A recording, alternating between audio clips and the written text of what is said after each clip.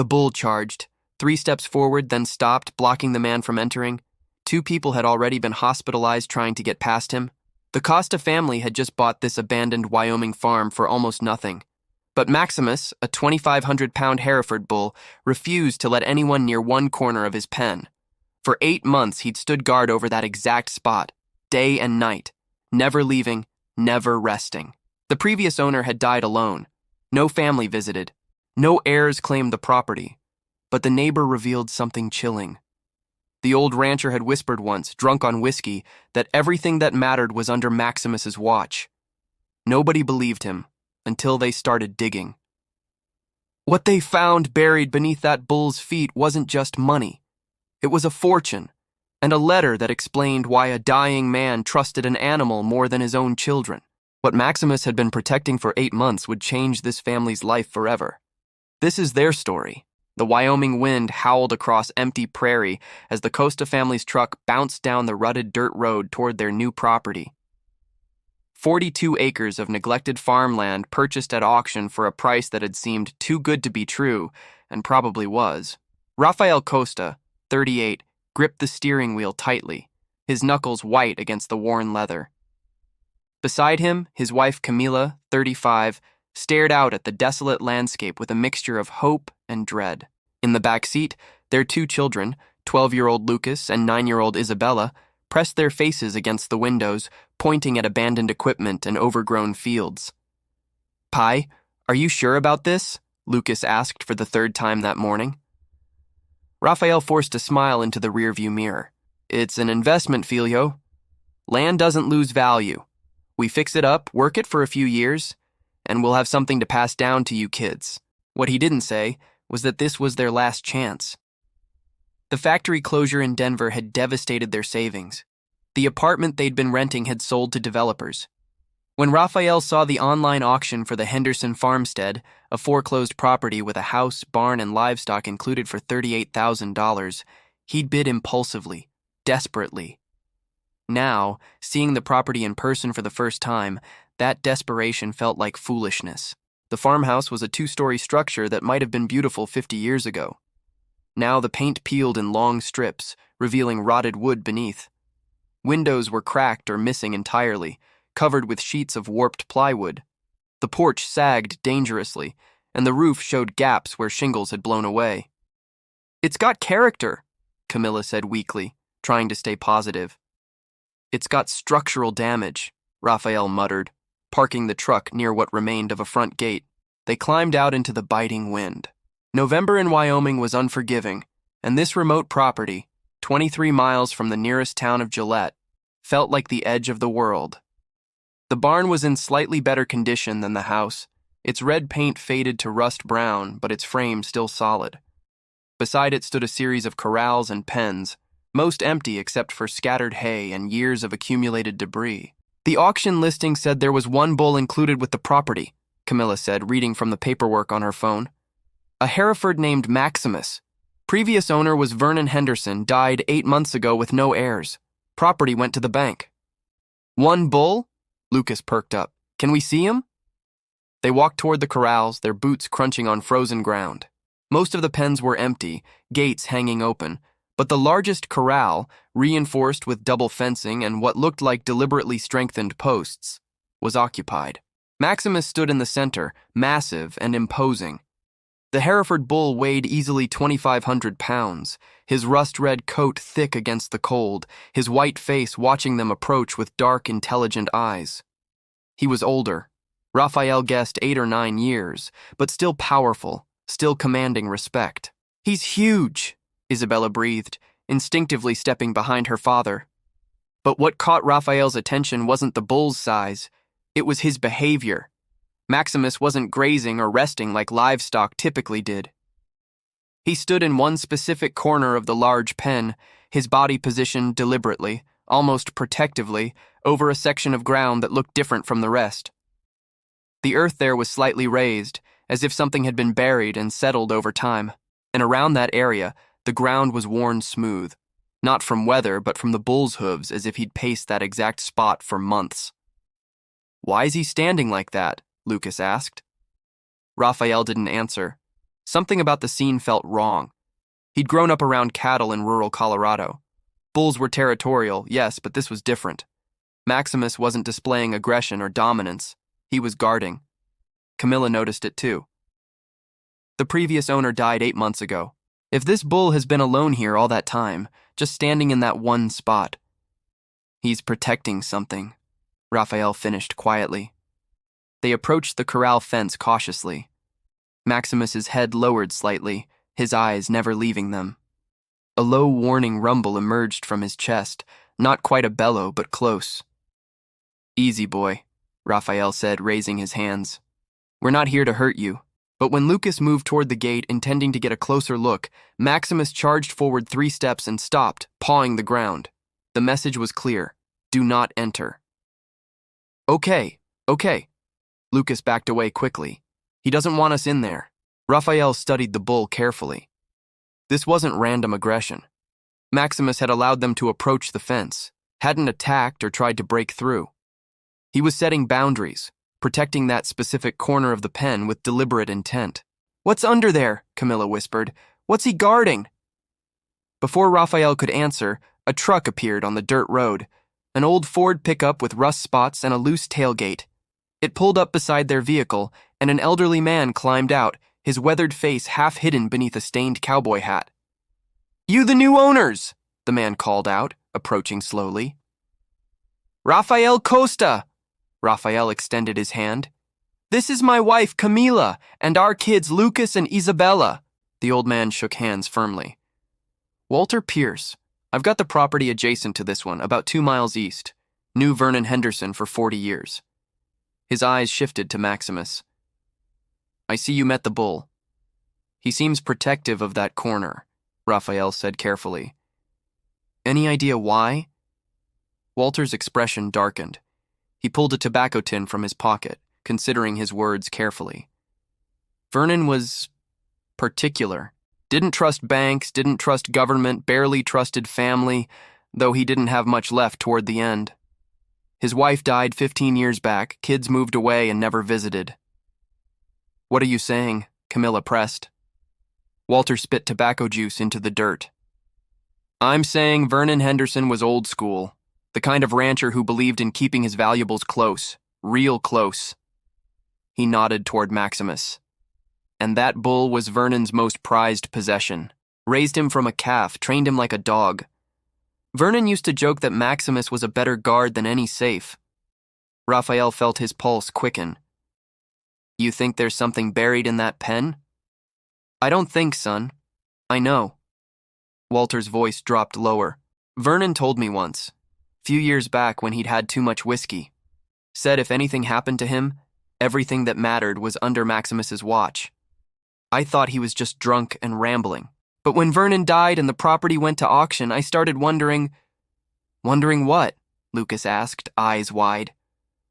Walter looked at the boy, then back at Rafael. "Vernon sold off most of his cattle before he got sick. But not Maximus. He made sure that Bull stayed on this property no matter what. Even wrote it into his will. Whoever bought the land had to keep the bull." He paused. Now why would a dying man care so much about one animal staying in one specific place? The 4 Costas turned back to look at Maximus, who stood motionless in his guarding position, watching them with those knowing eyes. "Because he wasn't just leaving behind an animal," Rafael breathed. "He was leaving behind a guardian." "For what?" Isabella asked quietly. Walter tipped his hat. "That's what you're going to have to find out. But I'll tell you this, Maximus hasn't let anyone into that pen since Vernon died. Not the bank assessors, not the auction inspectors, nobody. 3 men tried. 2 ended up in the hospital. That bull's not mean, but he's committed." As Walter drove away, the Costa family stood in silence, staring at the massive Hereford who'd just become the most important and most dangerous obstacle between them, and whatever secrets lay buried beneath his feet. "We need to get in that pen," Rafael said finally. "And we need to do it," Camilla added, "without getting trampled by a 2-ton guard dog." For 3 days, the Costa family worked on making the farmhouse livable while carefully observing Maximus from a distance.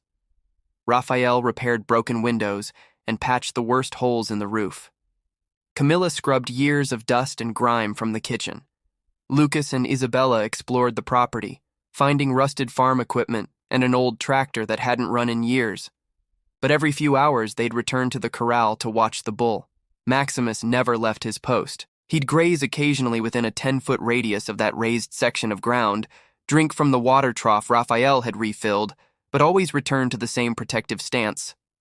"It's like he's on duty," Lucas observed one afternoon, sketching the bull in his notebook. "Like a soldier guarding something important." Rafael had been researching Vernon Henderson online, finding sparse information. The man had been 78 when he died, a lifelong bachelor after his wife's death, with 2 estranged children who hadn't attended his funeral. Public records showed he'd owned the property for 53 years, raised cattle for market, and lived quietly without incident. But the local newspaper archives told a different story. In 1987, Vernon had testified in a trial involving cattle rustlers who'd operated across 3 counties. In 1995, his barn had burned down under suspicious circumstances. In 2003, there'd been a brief mention of vandalism on his property after he'd refused to sell land to a development company. Vernon Henderson made enemies, Rafael told Camilla that evening, and he didn't trust anyone. So he buried his valuables where only he could access them, Camilla concluded. Under the protection of a bull he'd trained to guard it. On the 4th morning, Rafael decided it was time. He couldn't ignore the mystery any longer, and winter was coming hard. If there was something valuable buried in that pen, money, documents, anything, the family needed to know. He approached the corral with a bucket of grain and fresh hay. Maximus's ears swiveled forward immediately, tracking his movement. The bull didn't charge, but his body tensed, ready. "Easy, boy," Rafael spoke softly, stopping 10 feet from the fence. "I brought you breakfast." He poured grain into the feeding trough outside the pen. Maximus watched but didn't move toward it. His priority was clear. Food could wait, guarding could not. Rafael tried a different approach. He sat on the ground near the fence, making himself non-threatening, and simply talked. About the farm, about his family, about their plans to restore the property. Maximus listened, his dark eyes never leaving Rafael's face. This continued for 3 more days. Rafael would bring food, sit, talk, never attempting to enter the pen. Slowly, Maximus began to relax slightly. He'd eat while Rafael was present, though he never strayed far from his guarding position. On the 7th day, something shifted. Rafael brought an apple, something Walter had mentioned Vernon used to give Maximus as treats. When Rafael held it through the fence, Maximus approached cautiously, his massive head lowering to sniff the offering. "That's it," Rafael whispered. "I'm not your enemy." Maximus took the apple gently, his teeth crunching through it. For the first time, Rafael saw something other than vigilance in the bull's eyes, a flicker of trust, or perhaps loneliness. "You miss him, don't you?" Rafael said softly.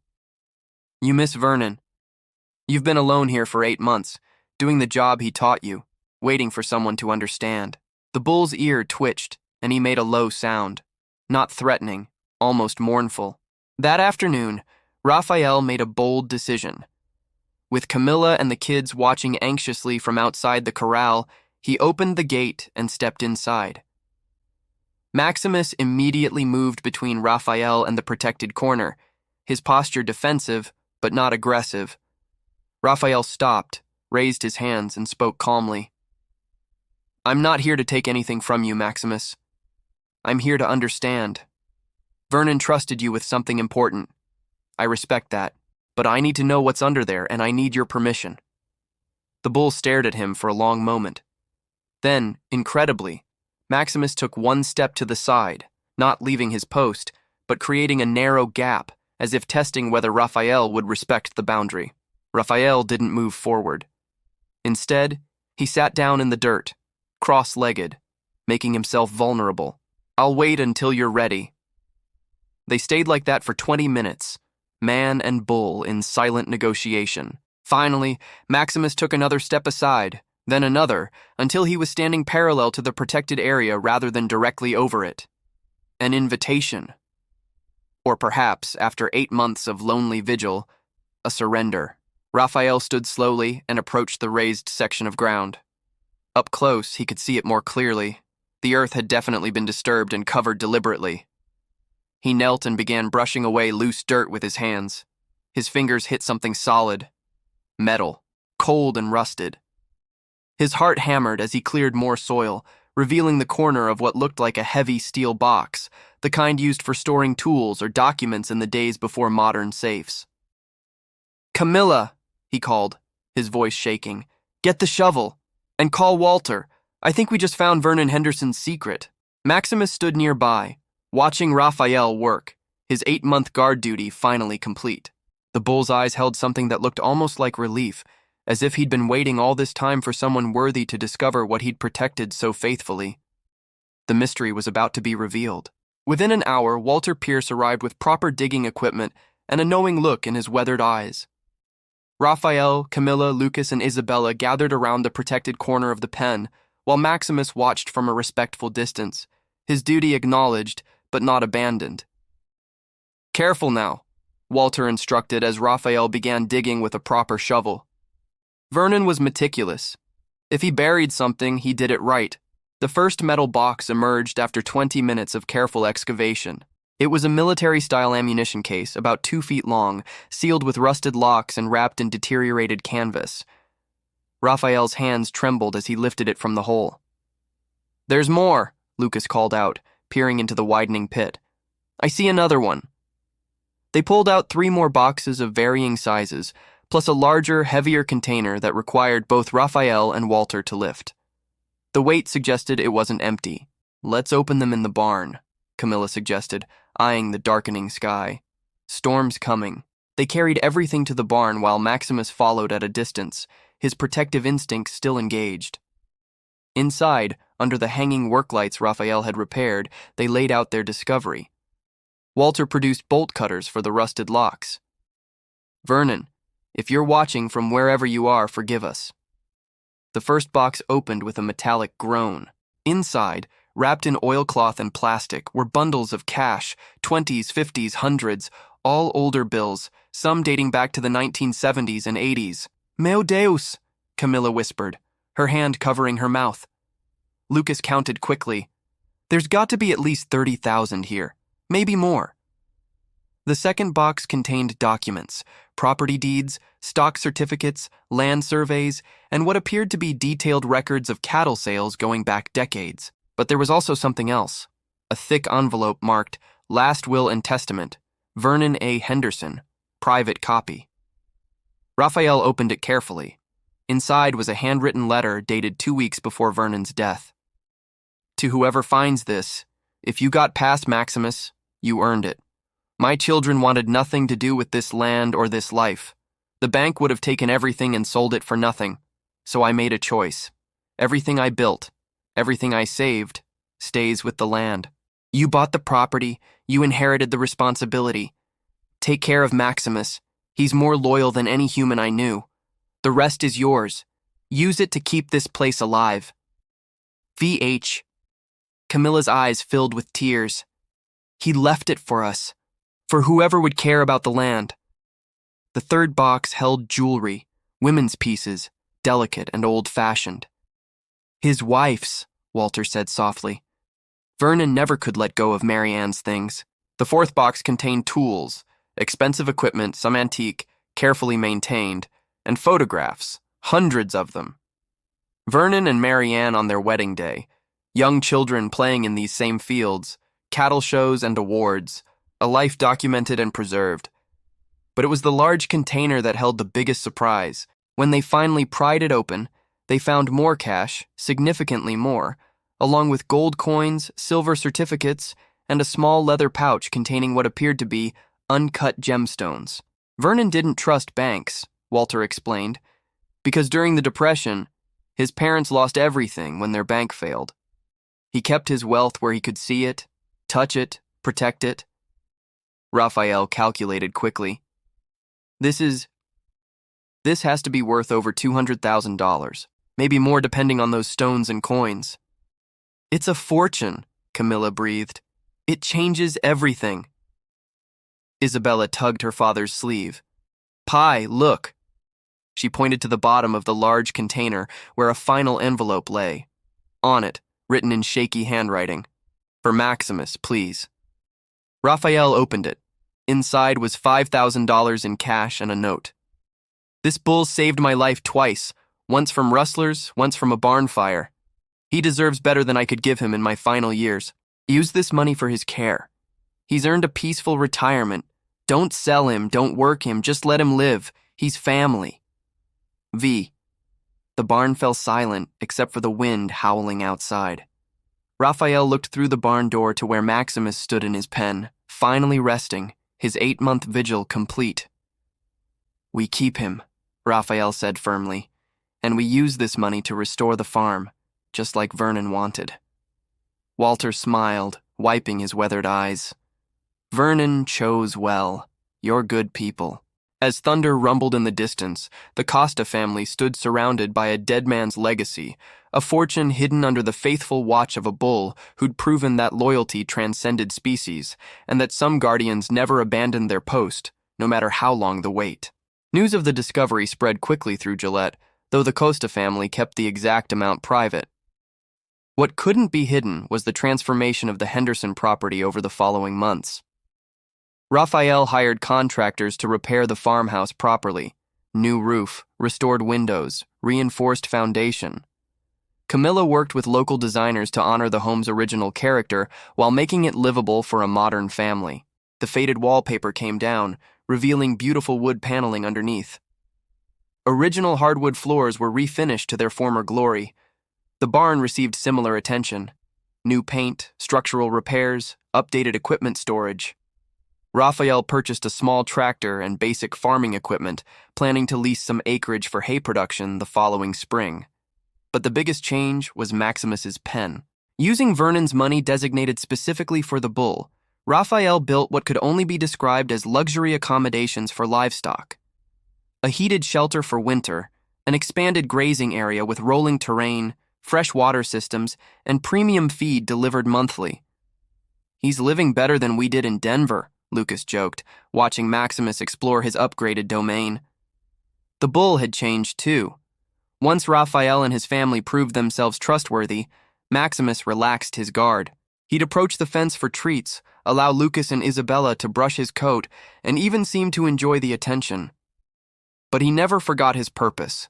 At night, he still positioned himself near where the boxes had been buried, as if old habits died hard. Walter Pierce visited weekly, sharing stories about Vernon and teaching Rafael the practical skills of ranch management. "Vernon would be pleased," Walter said one afternoon, surveying the restored property. "This place has life again," but the Costa family's good fortune attracted unwanted attention. 3 months after the discovery, a man appeared at their door, Marcus Henderson, Vernon's estranged son, now 53 and accompanied by an attorney. "That property and everything on it belonged to my father," Marcus declared, his voice sharp with entitlement, "which means it belongs to his heirs. Us." Rafael remained calm, though his hands clenched at his sides. "Your father sold this property through legal foreclosure. We purchased it at public auction. Everything was documented." The attorney stepped forward. "The personal property, cash, valuables, documents, those weren't part of the land sale. They're estate assets that should have gone through probate." Camilla appeared beside Rafael, Vernon's letter in her hand. "Your father left a will, a private one that specifically states his intentions." She handed it to the attorney, who read it carefully, his expression souring. Marcus snatched it from him, reading Vernon's words. "My children wanted nothing to do with this land or this life. Everything I built stays with the land." "This isn't legally binding," Marcus sputtered. "He had dementia. He wasn't in his right mind." "My father was sharp until the day he died." Walter's voice cut through from where he'd been standing in the doorway. "I have dated letters proving his mental competency, and I witnessed him bury those boxes 5 years ago, long before any illness. He knew exactly what he was doing." The attorney whispered something to Marcus, whose face reddened with anger. "You people come here from wherever, take advantage of a dead man's property." "We bought it legally," Rafael interrupted, his voice steady. "We've paid thousands in back taxes your father owed." We've restored a property you let fall into ruin, and we're honoring your father's final wishes, which is more than you ever did while he was alive." Marcus opened his mouth to respond, but movement behind them drew everyone's attention. Maximus had approached the fence nearest the house, his massive presence impossible to ignore. The bull stared directly at Marcus with unmistakable recognition and clear hostility. Walter chuckled darkly. "Maximus remembers you, Marcus. Remembers the last time you visited 12 years ago, when you tried to convince Vernon to sell this place to developers. Vernon had to physically remove you from the property." Marcus paled, taking an involuntary step backward. The bull's message was clear. "You're not welcome here." The attorney touched Marcus's arm. "Let's go. We'll pursue this through proper legal channels." But they both knew the truth. Vernon's letter, combined with witness testimony and the legitimate property sale, made their case weak. Marcus was grasping at an inheritance he'd never cared about until it had value. After they left, Rafael sat heavily on the porch steps. "What if they sue? What if they take it all?" Camilla sat beside him.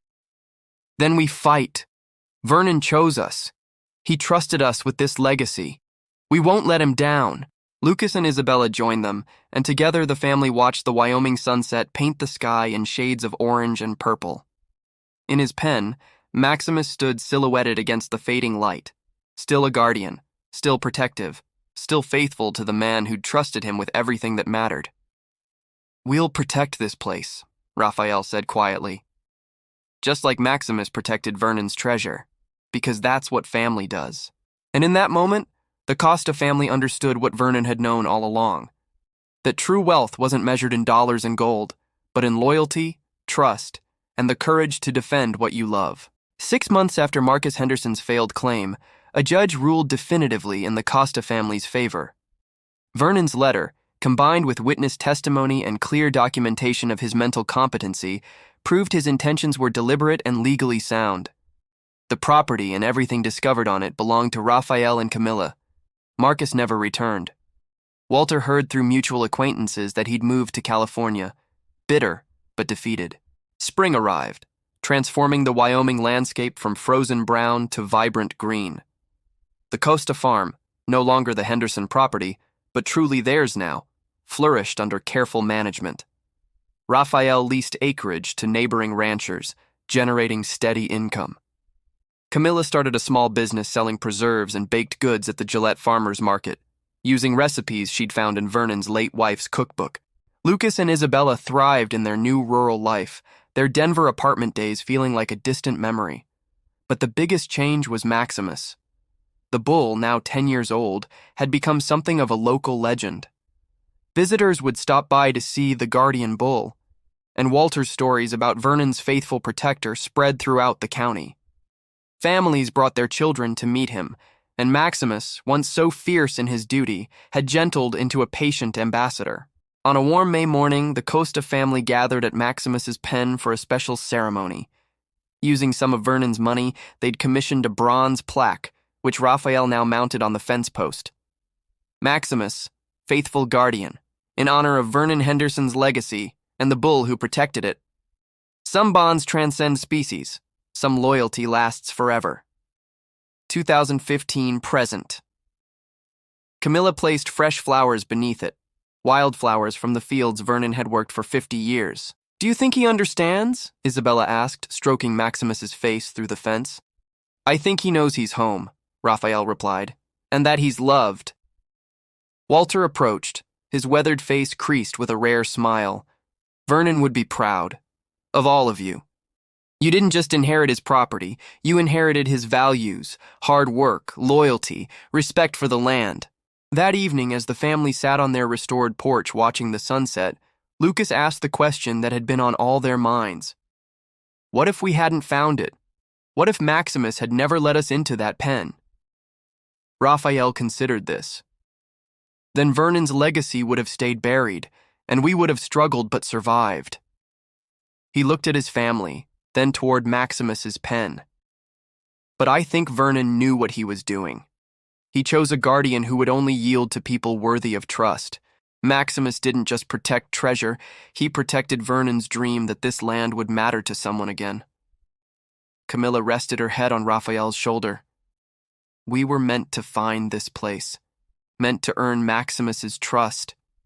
Vernon left us more than money, he left us purpose. As stars emerged in the darkening sky, Maximus stood in his pen, peaceful and content. His guarding days were over, but his purpose remained. He was the living bridge between Vernon Henderson's past and the Costa family's future, proof that loyalty, properly earned, could transcend death itself. And sometimes the greatest treasures weren't gold or cash. They were second chances, found in the most unexpected places, guarded by the most unlikely protectors, waiting for those brave enough to claim them. Family purchases remote farmland. What they found, hidden in the bull's pen, was shocking.